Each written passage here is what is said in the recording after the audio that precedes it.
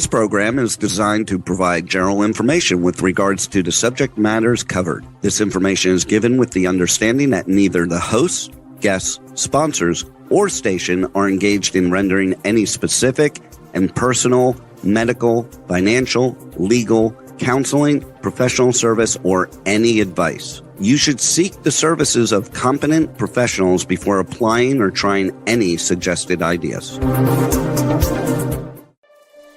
Magazine publisher and entrepreneur Judith Mancini is sharing captivating conversations with experts in their field about the latest trends in our ever-changing world to help you become healthy, wealthy, and wise. Judith Mancini today will spark your interest and inspire you to lead your best life ever.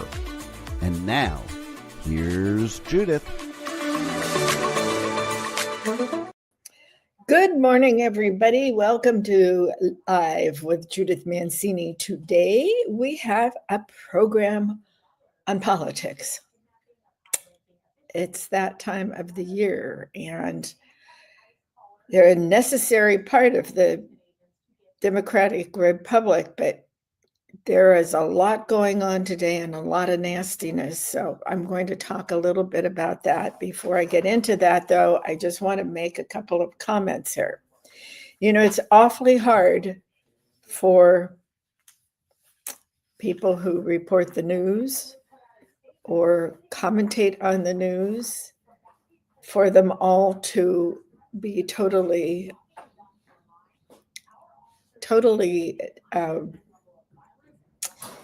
how do I want to say this? Not be biased in one way or the other as they're reporting, because everybody does have feelings and everybody has opinions. And some people study it and come out with wonderful, educated thoughts on it, and others just spew hate. So we're going to talk about that a little bit.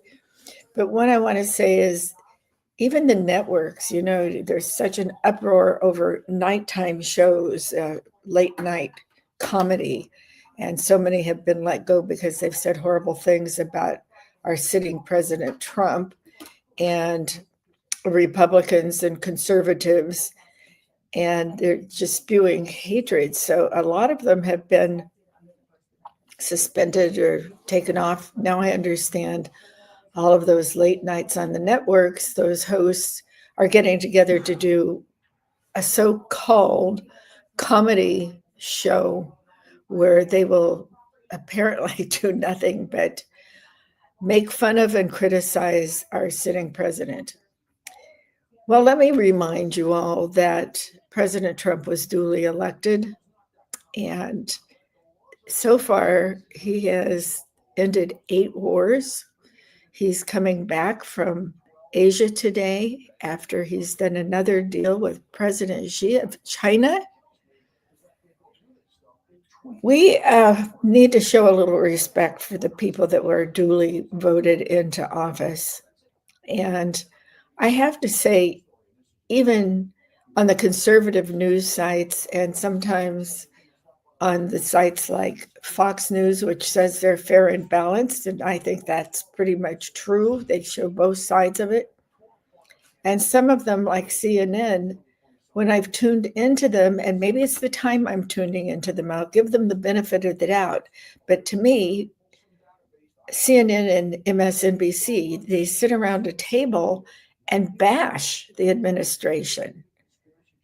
I don't know where that's getting people, except to vote with hatred, which is really a childish and dangerous thing to do.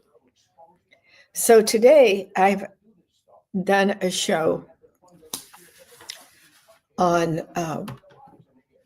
wisdom and wonder, and it's about politics and how to have a discourse without hating each other at the end of it.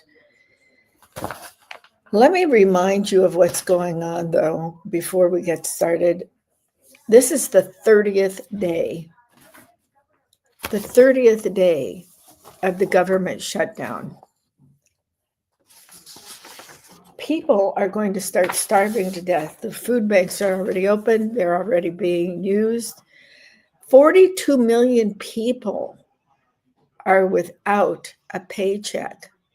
42 million people have their government benefits shut down. 42 million people encompass not only adults, but children, the old, the infirm, anybody who's been on a government subsistence check is not getting them today. There are other people that aren't getting them. We're trying to keep first responders in place, but our troops are not going to receive checks starting today, I believe. I could be wrong, so don't hold me to that fact. But that's what's going to happen. We need to keep our troops in place because even though President Trump has ended 8 wars, working on a 9th wonderful partnership with China now, we never know what's going to happen, okay? I think it's disgusting that people out there are calling Trump a fascist, a Nazi, a this, a that. I don't know what you're saying. The stock market is higher than it's ever been. Higher than it's ever been. The stock market is our chart of where we stand economically in the entire world. We are the richest country. We have everything anybody could want. If you want a job, you could go out and find one. Well, right now you can't because people have had to be laid off at every kind of business there is. Sometimes you can see on the internet the different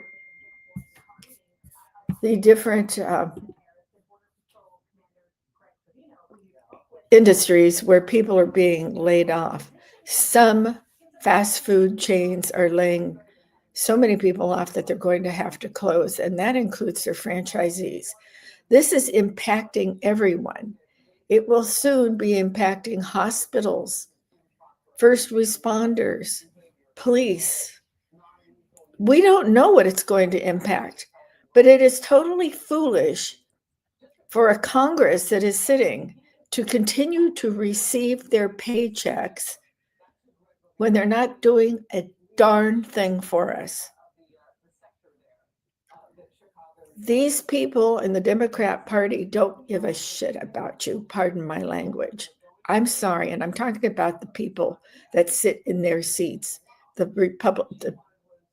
Democrats that are in office and holding things. Why in California would you want to vote on a bill that allows the Democrats to redistrict, gerrymander the state of California when the Republicans already have fewer seats than the Democrats? This is not getting to be a good thing. They want you to vote yes on Proposition 50 that Newsom put out there. Now, look at Newsom's record. What did he do during COVID and the shutdowns? He didn't allow us to send our children to school. He put plastic up when they finally did open, plastic dividers so you couldn't sit next to your friend. He didn't allow people to go to church.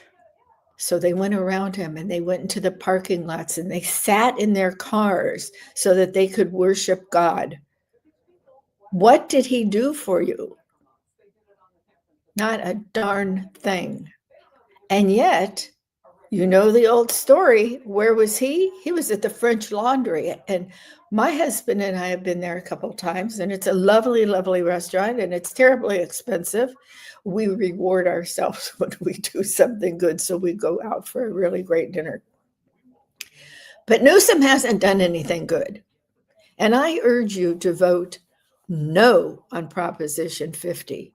And when you're in that voting booth or you're sitting at your table having dinner and discussing it with somebody else, remember there is a train to nowhere that Newsom spent millions on trying to build and never completed it. Think of all the things he's done.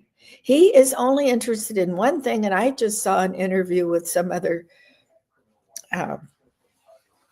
person in the media ask him a question if he's getting ready to run for president. Well, he couldn't say yes and he couldn't say no, but he says it's in his mind and he's considering it. My gosh, if he ever got near that seat, you out there would be in horrible shape. The man can't govern. He can't govern his own state. He's too concerned about slicking back his hair. He did one of the most disgusting displays of arrogance I've ever seen. When Trump was out of office or going someplace, I can't remember exact date, there was a clip of him on the media where some photographer caught him with his shirt on, his sleeves rolled up, his white shirt under his suit, with his suit coat thrown over his shoulder, walking into the Oval Office from the side door from the gardens. He was not invited. He just did it. The arrogance and the misgovernment of our state is wrong. So if you want your taxes to be raised, if you don't want any project to be completed, you want the streets to look like the beach towns that used to be beautiful, San Francisco, to have nothing but needles on the sidewalks, people living in the streets, go ahead. Keep him around. Vote for him to redistrict. I say no, and that's what he is trying to do. So vote no on Proposition 50. And now I won't talk about politics anymore like this. So the title of today's show is Wisdom and Wonder. Trying times need both. Excuse me.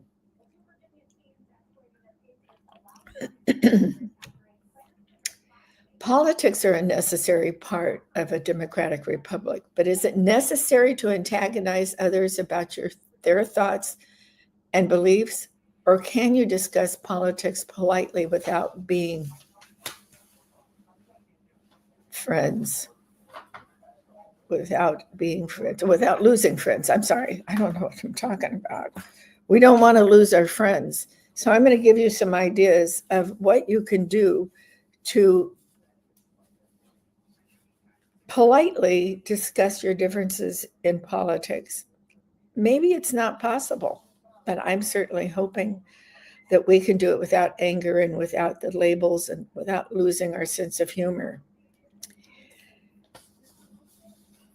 We need to, these are conversations we used to have as we sat down around the dinner table, which doesn't happen very often anymore. And we used to have big, lovely family dinners and people sitting around it, aunts and uncles, cousins, grandmas and grandpas, all of those people, and we could discuss politics. I had an uncle who thought I was too outspoken as a college senior. Not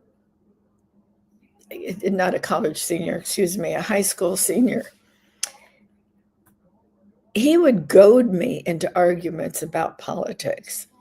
And maybe that's where I got some of my political opinions of what I didn't want to be. I don't know. So I don't think anybody has that, or I should say some people still do that, but not a lot of people do. It seems like the generations growing up now in their mid-20s and all don't go home, or maybe it's because we're so scattered across the country where you run to a new state to follow your dreams of being in the media industry, or maybe you want to be in the publicity. Maybe you want to be more visible, or maybe you found out that in some of these great factories in the East and Midwest, maybe you want to be there where New Jersey is one of them, where they bottle our medications that we have to take. There's nothing you can't do in the United States. During a normal period, you could go out and find a job now. But because of this government shutdown, people are laying people off. They're walking into their office, no matter what level of business you're in. Secretaries, assistants, vice presidents, even presidents, and some of them are walking in and finding out that they don't have a job anymore. Now, I have a question. If things are shut down, these people that are getting laid off, you have a certain period of time you have to wait before you can file for unemployment. But where's the unemployment money going to come from if everything is shut down? I don't know. It's just craziness. Well, I think you can sit down and start discussing politics again. This is not even a midterm election. This election is for little bills, little problems we have, like the one we have in California, the redistricting. Some people are running for governor, those kind of things. We're not voting for president. We're not voting for,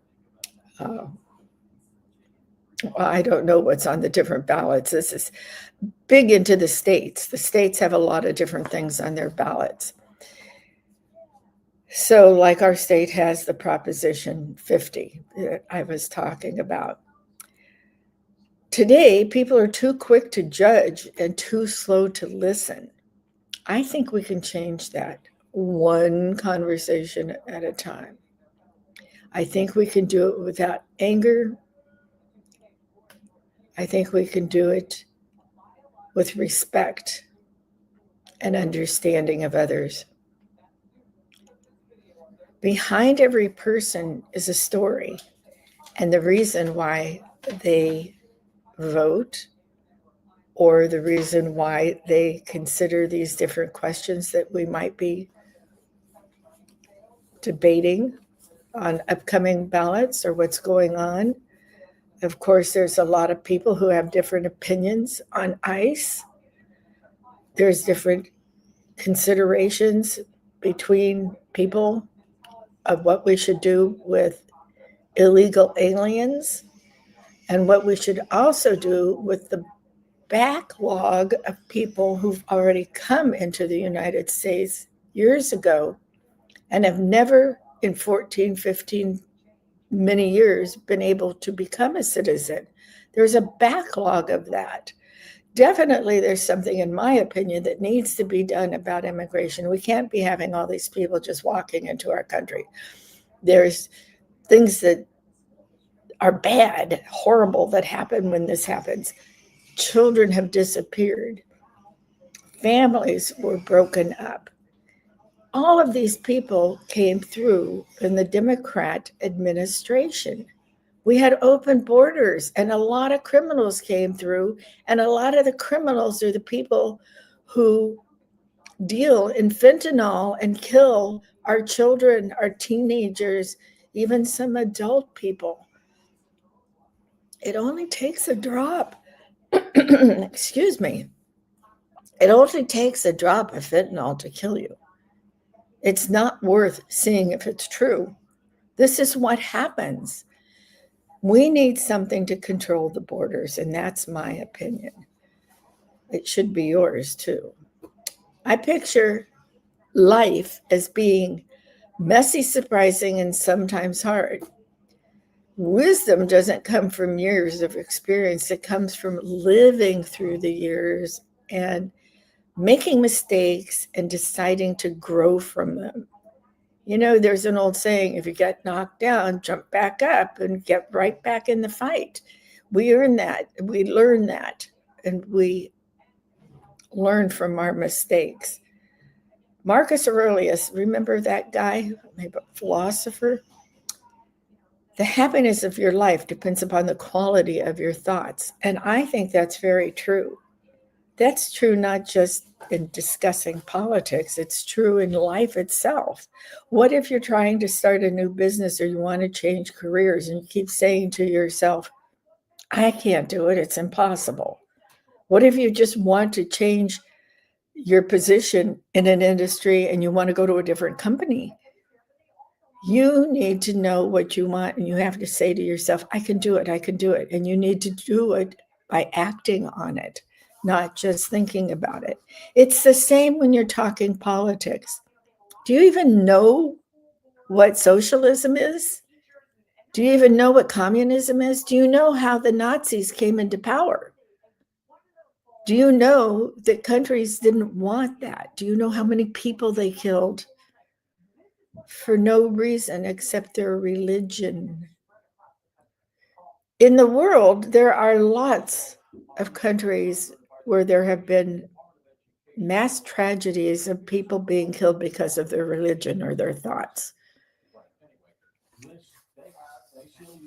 It's gone on through the ages. You know, you can read history books and you'll see in Christian times how many people were killed when Jesus was born and before. I think everybody should start going back and looking at history and see how things were resolved or not resolved in good ways. You know, I often say when I'm talking about what are you going to do when you're in your 70s to stay active and have your mind working and all, and one of them is study history. And now is a perfect time. Look in New York. There is a person named Mandami who is running for mayor of New York City. Now, New York City is the hub of the economic world in the United States and also the world, the stock market. We have all sorts of companies listed on that. And what happens there is very important. Ask yourself if you want what he is calling himself, a socialist. He's not. He wants to take from the rich and give to the poor. Now, I'm all for having some parameters about rent. I don't think it's right to take advantage of people and raising rent continuously when the economy doesn't warrant it and the population doesn't warrant it. There's housing shortages everywhere.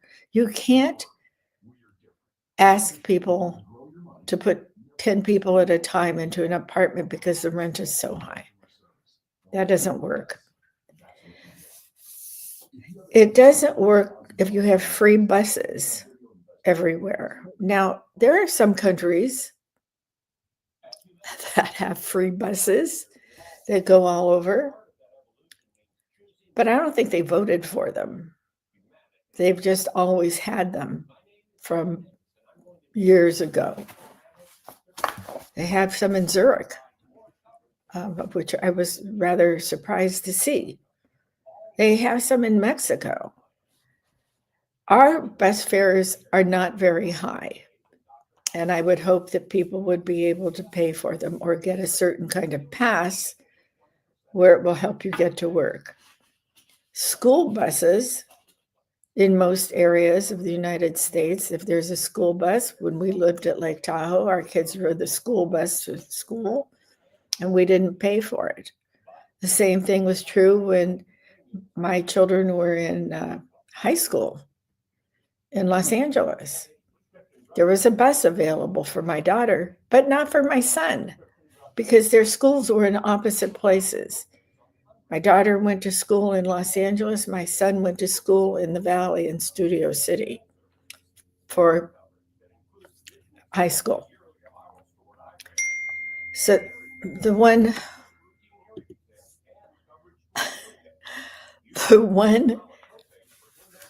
in the Valley is the one that didn't have the school bus because they didn't come over the hill into the Los Angeles basin. They stayed in the Valley.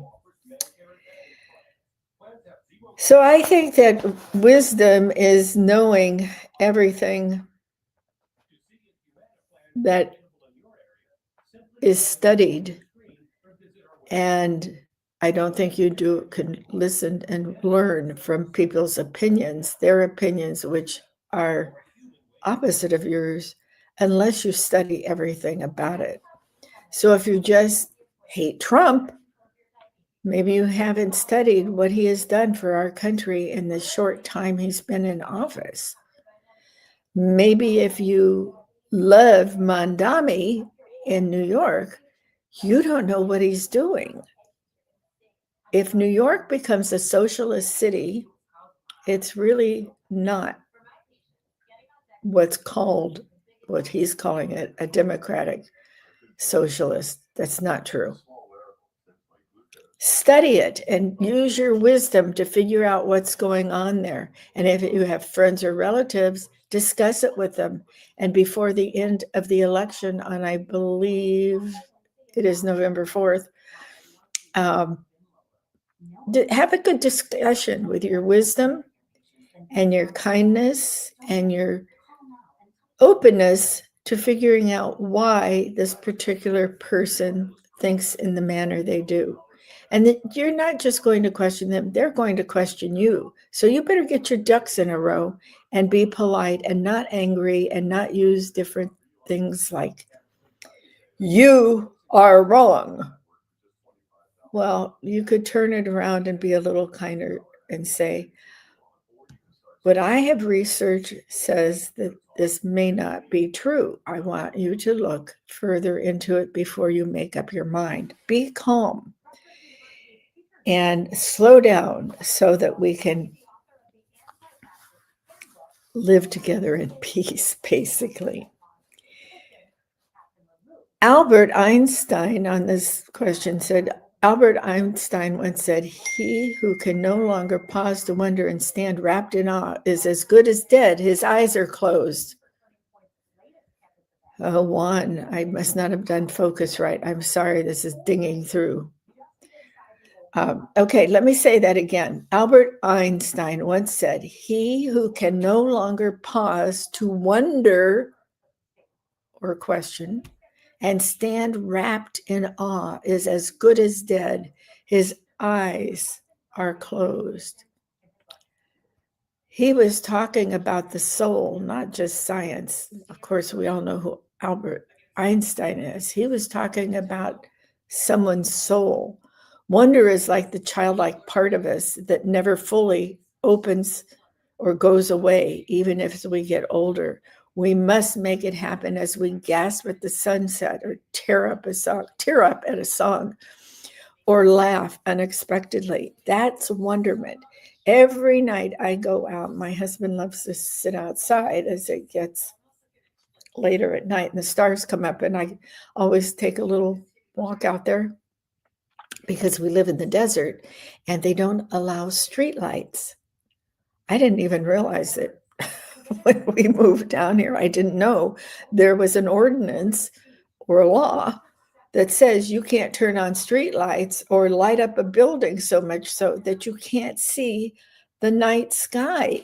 And let me tell you, I can see Orion's Belt, the Big Dipper, the Little Dipper, all the other ones now. It's wondrous to me. So always wonder and study things, and that's part of growing older too. Keep yourself busy. Think of the things that you can wonder at as you're growing older and expand your horizons. I know wonder and wisdom isn't knowing all the answers. And that's something as you grow older, you learn, not because we slow down, but because we see more. We're more open to listening to people and hearing their side of it. Well, the power of wonder, I want to go back a little more on and just tell you one more quote about wonder. Not wondering about, but it is almost wondering about, but it's being awed, AWED, awed, awesome, what a wonder, that's awesome. Pay attention to the small, miraculous things that remind us that we are alive. The poet Mary Oliver wrote, "Instructions for living a life. Pay attention, be astonished, tell about it." Well, that's kind of the way I feel about stars. And to think that there are people like Elon Musk and others thinking about going and looking at planets and stars and the moon. It's a wondrous thing. Learn more about it. That's how I think you can balance your talks with people about politics. What about on the theme of space and stars? What about the things that President Trump has done about that? He started a whole new department for space, SpaceX. I think Elon Musk had something to do with naming it too, the Department of Space. Start your morning with gratitude, and that's particularly necessary before you go meet your friend for lunch. Ladies love to lunch. I love to lunch with ladies because I want to hear their opinions on other things. Maybe I'm wrong. I have Democrat friends. I don't tell them they're all wrong. I listen to their side. I don't want to lose them as a friend over politics, but guess what? I never cut one person off when they said that they didn't want Trump to be president. You know what happened to me? I lost a lot of friends because I was a staunch supporter of President Trump in 2016 when he became president. Well, before in the election. But I still am a staunch supporter of his. I lost my friends.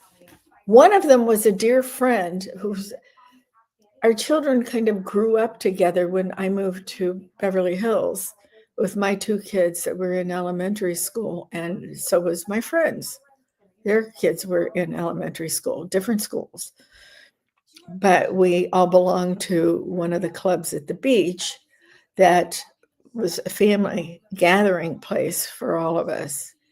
And they became very good friends, the children and us. Lo and behold, I also used her as a decorator for my house. And I spent hundreds of thousands of dollars with her. Now, I'm not trying to tell you what I had and what I didn't have. I had my own business back then, and I was very fortunate. That was very successful. That was my magazine publishing business. All right. I was very fortunate, and I hope that I was very good in giving to a lot of different charities and educational institutes and clubs and scientific things as well. I'm not patting myself on the back. I'm just telling you what I did. This woman was also very successful as a decorator. And she was my friend, I thought. But lo and behold, when I came out for Trump, she cut me off. She didn't reach. My first clue was I called her on her birthday because then we lived in separate places too far to see each other all the time. I called her on her birthday. She didn't return my call. I texted her. I sent her emails. I sent her a physical birthday card in the mail. It went on and on and on until I figured out she and her husband didn't want to be friends with us anymore. And what did I do? I didn't cry. I didn't scream and yell, but just a little piece of me hurt. You don't want to do that, discussing politics. How can you have hatred like that guide your life instead of being grateful every morning for the life you have? Because I happen to know these people were better off after Trump came into office than before. Trump is not a god. Trump is a smart man. He's highly intelligent, and he has bursts of energy like nobody I've ever seen before in my life. I could never keep up with him, I'm quite certain. He is amazing. Look what he did in Asia. And then he flies to have a meeting with President Xi of China. And then he's on the airplane coming home. And he's giving a press conference to the guys that are lucky enough to be on the airplane with him. So I'm saying, give a guy or a gal a chance to tell their story. I would love to know why my friend hated Trump so much. And you know what happened? Somebody told me why. Because her friend Marlo Thomas was married to Phil Donahue, who hated Trump. Now, that's a stretch. So, as I say, try not to hate people. Try to hear their story. Well, I heard her story, and we're not friends anymore. And that hurts.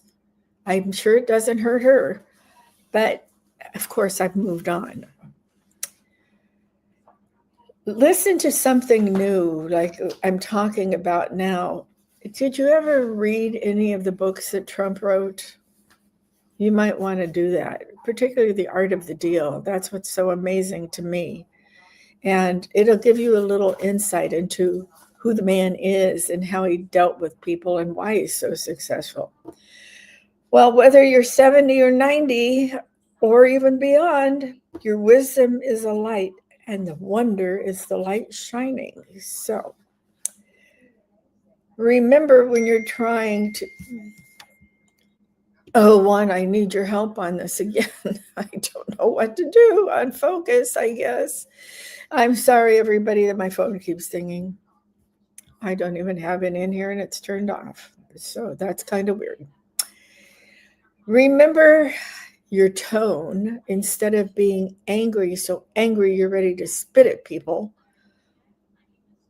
Remember that your tone of voice, being calm, can diffuse the anger of the other person. And asking relevant questions in a nice tone of voice can also be helpful. I don't know why people think it's so hard to be respectful when you're talking about politics, but it's gone on for years. I think people should learn how to communicate in a better manner.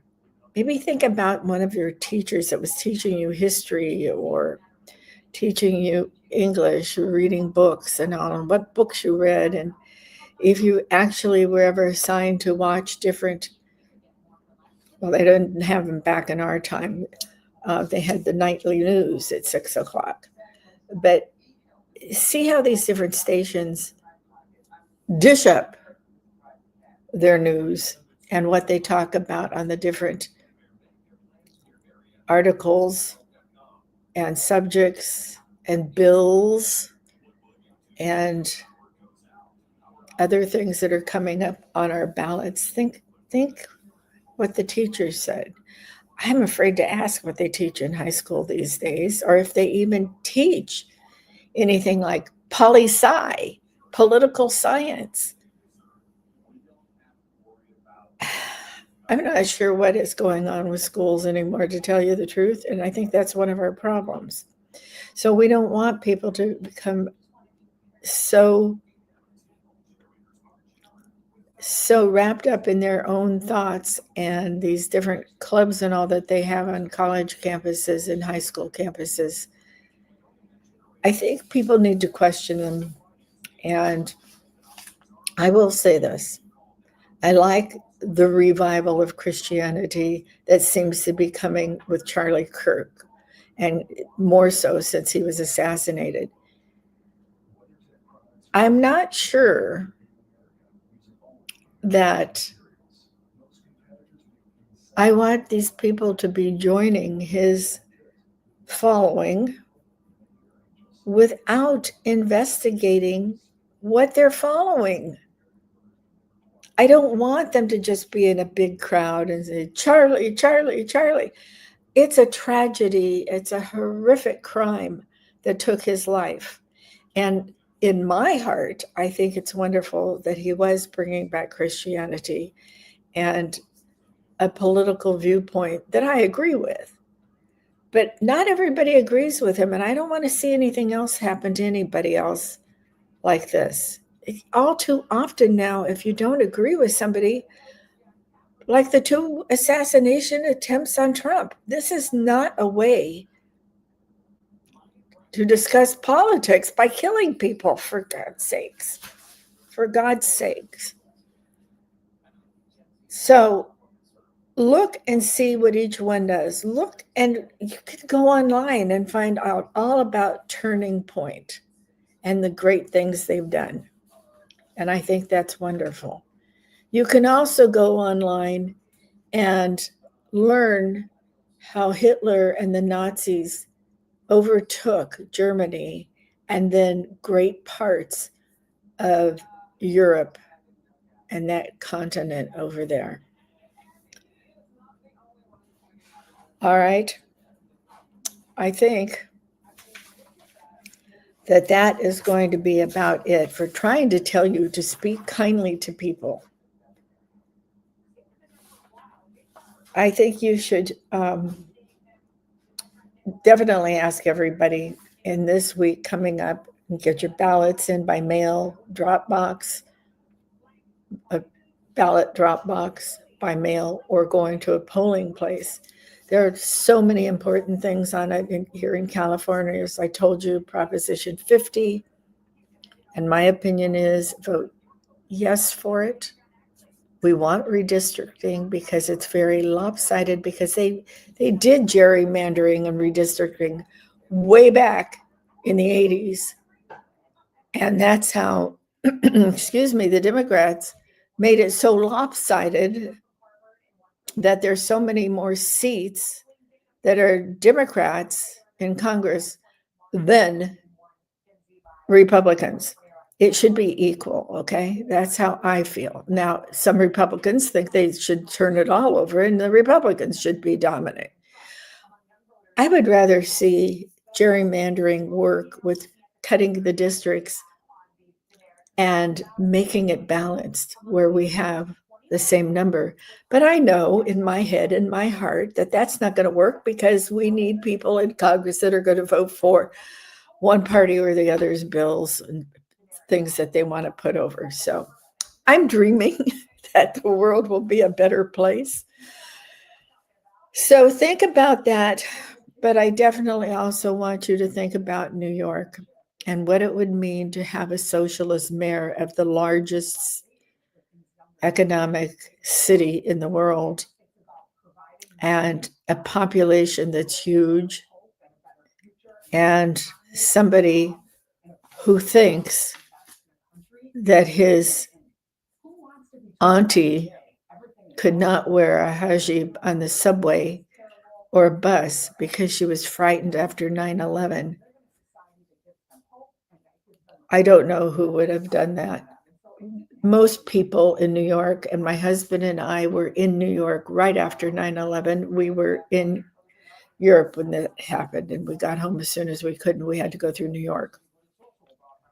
I don't know anybody in New York who actually harassed any women, or for that matter, any men who were Muslim. So this man would like to turn the whole state of New York, or the city of New York City, into a Muslim sort of nation. It already is. There's lots of Muslims there, and that's fine. I respect them to have their own religion, whatever they want. But we can't have socialism. We can't have socialism. And for that part, we also can't have communism. So beware what you're voting for on your ballots. Be kind to everyone. Study what you're talking about before you start blasting off and making people angry. Try to resolve your differences. Be kind to each other. Respect each other. And in the meantime, we'll get back to health, wealth, and wise. This was our wise day, our wisdom day. So we'll get back to the health bit next week and what's going on in that with some of the things that JFK Jr., JFK, I'm sorry. Yes, Kennedy, sorry. Robert F. Kennedy Jr., what he's up to and how it will affect you. And also, I want to talk to you next week about LifeWave, the company that I have become involved in. They had their conference last week, and it is remarkable in the health industry and in the direct marketing industry. So I'm excited about that. I'm going to see what else is going on. I couldn't attend the conference, so I have a virtual ticket to it, and I haven't seen the whole thing yet. So that's what I will be talking about next week. And if you want to learn more about LifeWave, the little patches that help you and your stem cells, you can see it here. Look my name up, www.lifewave.com. That's LifeWave.com/Judith Mancini. So thank you for tuning in today. I hope I didn't make anybody angry. I didn't mean to. I want you to have a pleasant life. I want you to be kind to people, and people be kind to you, but study and know what you're talking about before you open your mouth. Thanks for tuning in. Remember, cherish yesterday, dream tomorrow, and live today. Thank you.